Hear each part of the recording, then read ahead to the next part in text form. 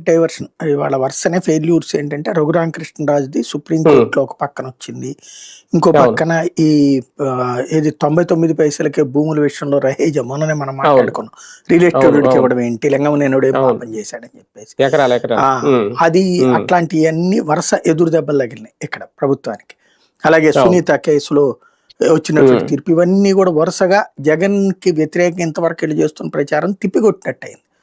అవును. దీంతో ఇవన్నిటించి డైవర్ట్ చేయాలంటే రాజకీయ అంశంలోకి తీసుకురావాలి. కొత్త చర్చ తెర హ్మ్. మీదకి తీసుకురావాలి. హ్మ్. అందులో రోజా నియోజకవర్గం మారాలని ఆమేమనుకోవట్లేదు. అవును. ఆవిడ పేరు పెట్టడంతోనే ఓ తప్పుడు ప్రచారం. అది. అది అవును. వేస్ట్ అన్నమాట వార్త. హ్మ్.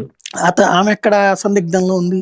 ఆమె ఎప్పుడూ గూడా హ్మ్. మిగతా టైంలో ప్రోగ్రాములు చేసుకుంటూ ఉంటది. కరెక్ట్‌గా టైంకి ఎలక్షన్ వ్యవహారం చూసుకుంటది. అట్లాగే హ్మ్. నియోజకవర్గంలో ఏమేమైతే మేజర్ ఉంటాయో అయన్నీ చూసుకుంటానే ఉంటది.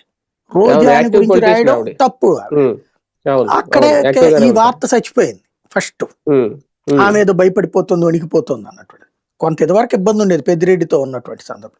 ఇప్పుడు తిరుపతి అవును. పార్లమెంటరీ నియోజకవర్గానికి వచ్చేటప్పటికి ఆహ్, కరుణాకర్ రెడ్డి అనుకుంటా దాంట్లో.